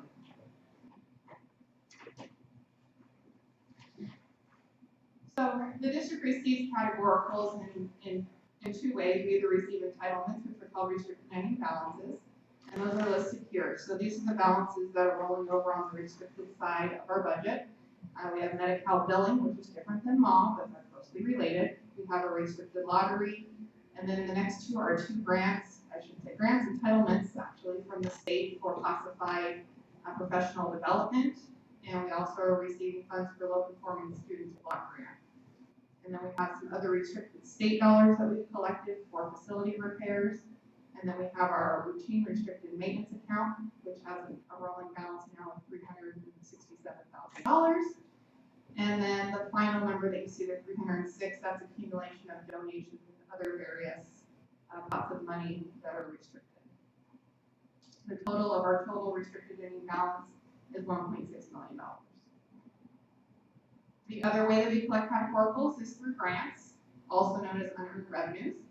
So when these funds aren't spent in the year, we move those funds to next year and we recognize them there. So in Title I, we didn't spend $330,000 of our prior year award, which will be used, we intend to use in the 19-20 school year. Title II, we're rolling over $94,000. Title IV, which is a new federal grant, and we're still working on the details of how that will be spent. That balance of $80,000 will be moved into the 19-20 school year. And we have a small little amount left in our Title III immigrant. This is a grant that has gone away. We have till September 30th to spend that balance. And then we have a little amount for Tukey. And then we have our California Partnership Academies, which is our HSA and our AG program. One of the funding sources for our AG program. The total is approximately $577,000. So next steps from this point is we will have our auditors in actually the week of the 23rd. They will be providing, they'll be reviewing our unaudited actuals, making sure that everything looks materially correct. And they will be providing us the final audit report on or before December 15th, and that will be provided to the district as well as the County Office of Ed in the state of California. And they will be presenting to the board on or before the January board meeting on the audit. And then the final point is all those carryover balances from some of our categoricals will be included in the new year's budget, and you will see it at the first interim. Are there any questions on the unaudited actuals? I just want to make it quick. I think there's a tie in here, speaking of budget and audits. It was recommended by a community member who completed a forensic audit on the ASB audit that we did. And as we look at our numbers, I want to say that it's not my recommendation to our CEO to move forward because we're talking about it could be between $20,000 and $30,000 to complete a forensic audit. And so I just want to say that we're talking about audits, we're talking about budgets that are perfect time to mention that to the board. So it was recommended by a community member, but it's just not fiscally sound decision. So, okay. Mrs. Jessica, great job. Any questions regarding the unaudited actuals? I just want to say it was a pleasant surprise. So that's very nice. Well, and my goal is always to come in ahead of what my expectation. I never want to be under because then. And I do want to thank you for all, I know this was a lot of work for you, and so we appreciate it. Now you can move on to the next big project. Next year. That's who. Can I ask one quick question? May I ask a question? Do these numbers include visa settlements with teachers, but not with the others, or not at all? So in the slideshow, you didn't see any budget for 19-20 school year. In the actual SAP software, you did see the adopted budget, and it hasn't been revised to reflect any settlements now. That'll all be reflected at first round. Okay. So, do we have a vote? I'd like to call for the vote for the passing of the unaudited actuals. All those in favor? Aye. All those opposed to the motion? Motion passes 5-0. Going on to 9G. Do I have a motion? Second. Discussion?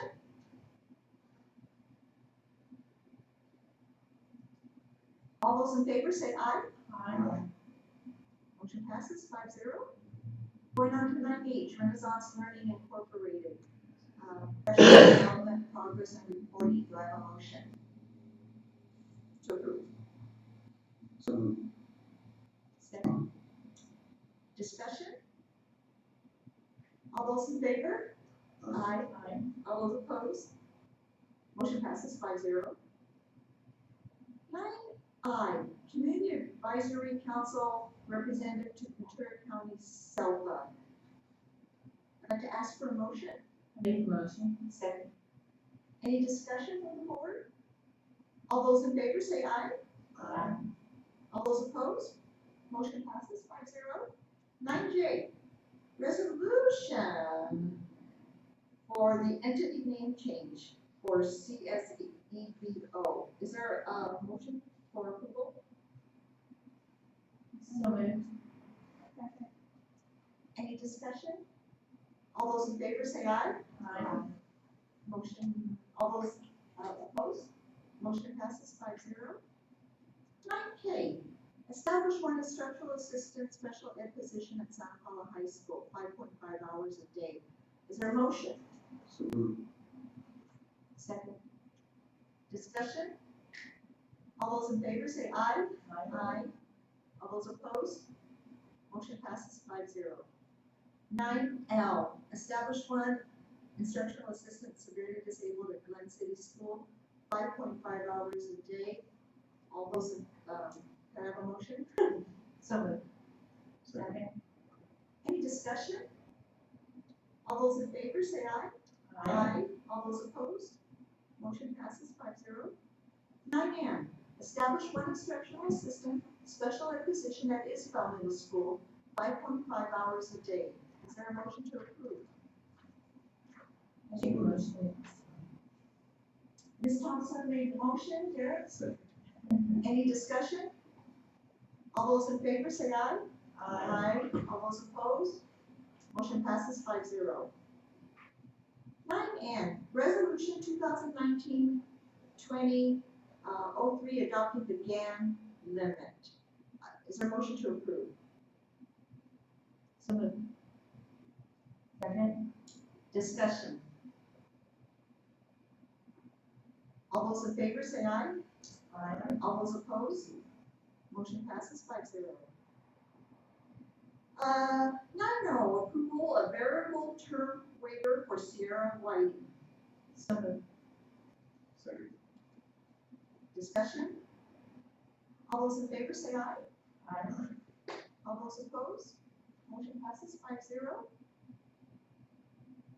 9P, memorandum of understanding with Santa Paula Federation of Teachers Speech and Language Services. Is there a motion to approve? I move we make I make a motion, I'm sorry. To approve. Is there a second? Second. Any discussion? All those in favor say aye. Aye. All those opposed? Motion passes 5-0. 9Q, second reading and adoption of board policies, July 2019 update. Is there a motion to approve? Second? I'll second it. Discussion? I'd like to call for the vote. All those in favor? Aye. All those opposed? Motion passes 5-0. Number 10 is our consent calendar, which is also an action item. Is there a motion to approve?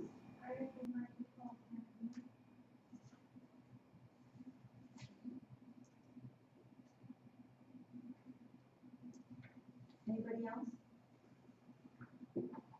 Is there a motion to approve move to 10A through 10B, 10F through 10J. Is there a second? Second. All those, the discussion? All those in favor say aye. Aye. All those opposed? Motion passes 5-0. 10E, fundraisers. Is there a motion to approve? Second. Discussion.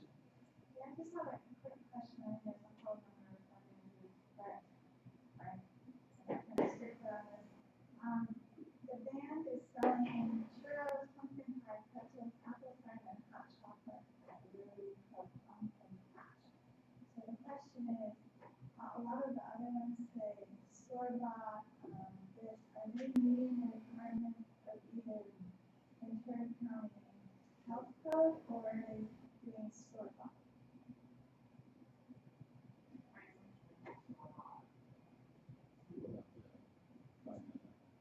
This was seen by the chancellor, and some had the pumpkin patch meal for store bought or homemade. If not, we'll find out. Yeah, I got to comparing to the huge liability, especially in hot chocolate. Chocolate and check into that one, so I'm just from past experience with elementary, with the coffee. And then there was,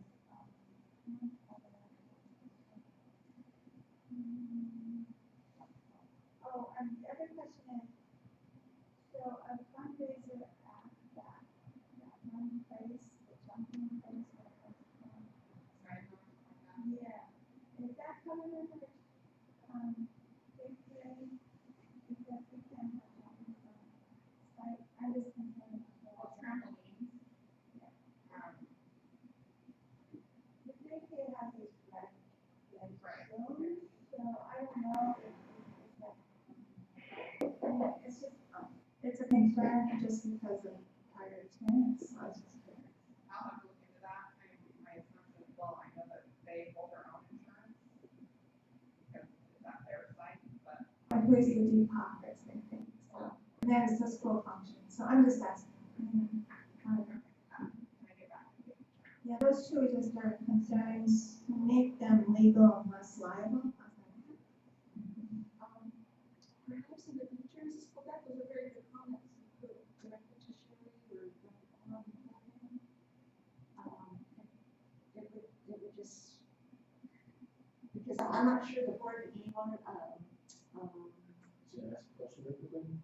So my question is, I'm trying to find the size on what's the timeline on both of those? The pumpkin patch is after our next board meeting, so we could bring that one back. What's the Sky Zone? Yeah, I don't mind approving them, I just wanted to bring them to the attention, if they need to be modified, Okay. then modify, I'm not saying don't approve, I'm just bringing to the attention that, and I'm not sure the process, I knew it in the elementary, I'm not sure the process of who actually really double checks some of these, and we were caught off guard in the elementary, and I'm just saying legal and those kind of things. yeah, those are very good comments. I'm just saying that probably could have been done before the meeting, but neither here nor there. Okay, so we have a motion and a second for 10E fundraisers. All those in favor say aye. Aye. All those opposed? Motion passes 10E with clarification to be given at a later date. Board member comments, Mrs. Porter. The back to school nights have been very enlightening. It's fun to see them. It's great to see our band. It's great to see the enthusiasm of the teachers and the students. And I just hope that we can, let the community know what a really good job. And I thank the library for being at most of the back to school nights, offering books. It's just a great opportunity in front of them.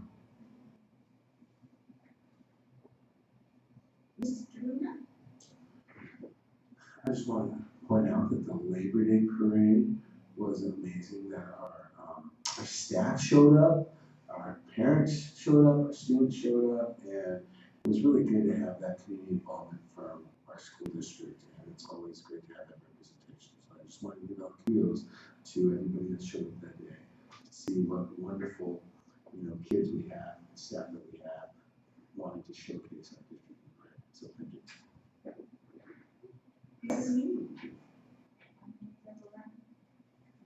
be quick. The Labor Day parade was wonderful. It was very hot, but we made it through.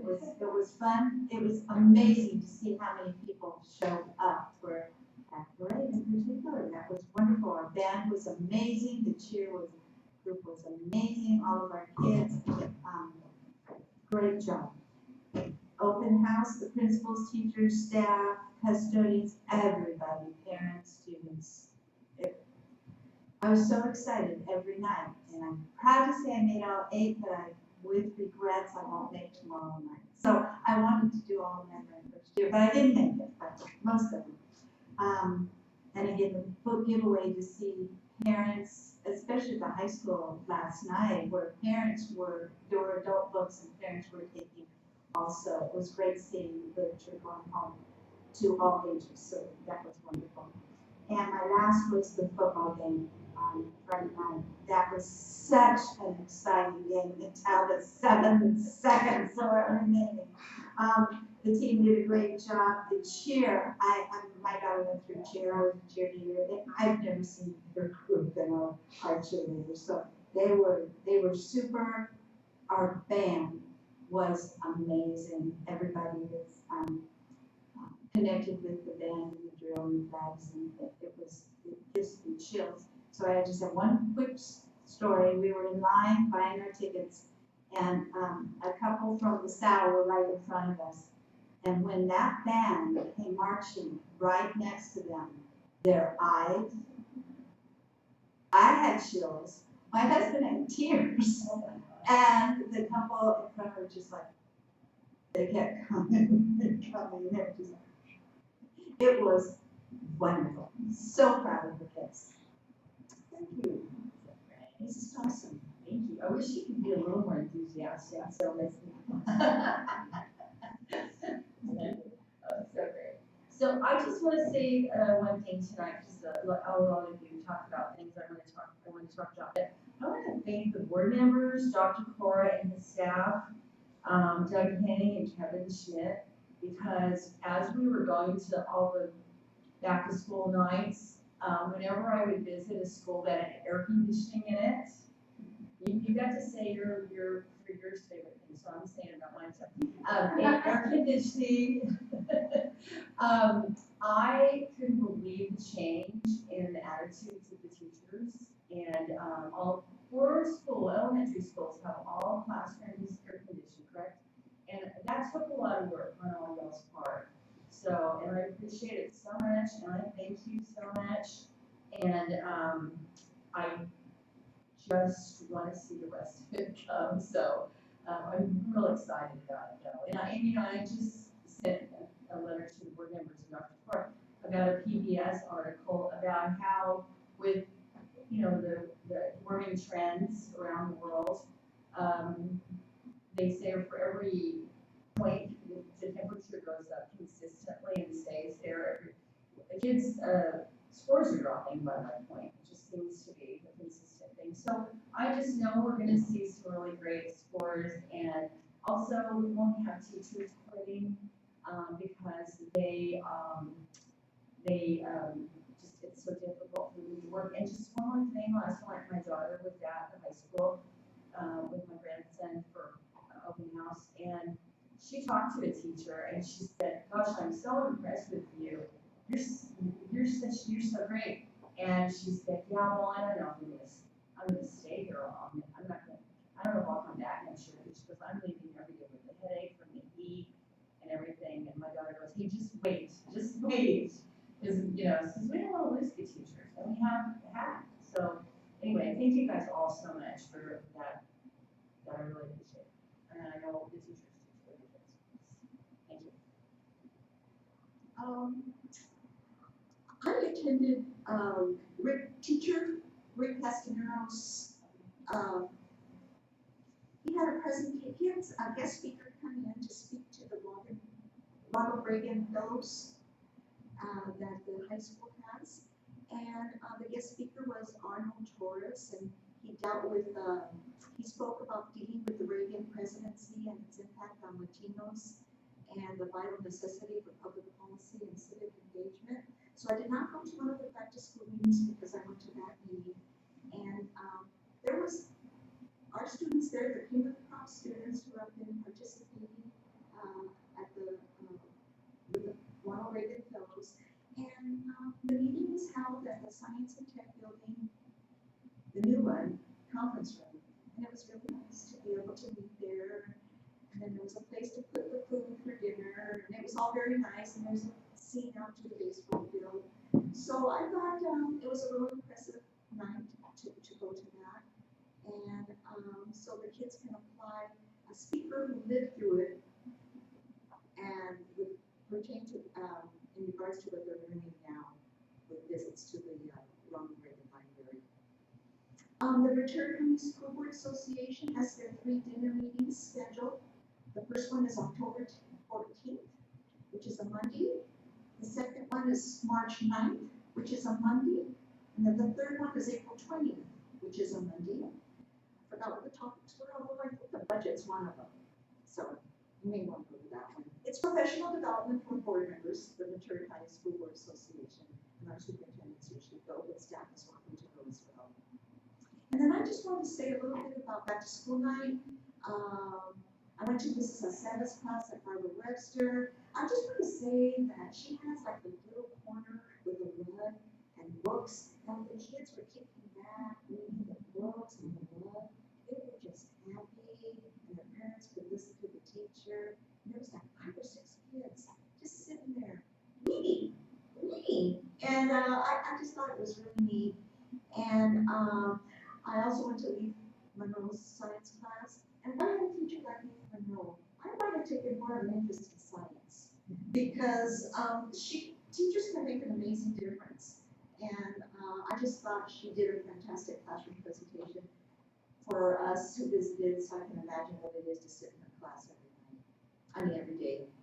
And then the interpreters were present at all grade levels. That genuinely helps the teachers who are who need that assistance, and helps the parents too. So the back to school nights were amazing. I'm glad we had a chance to do that.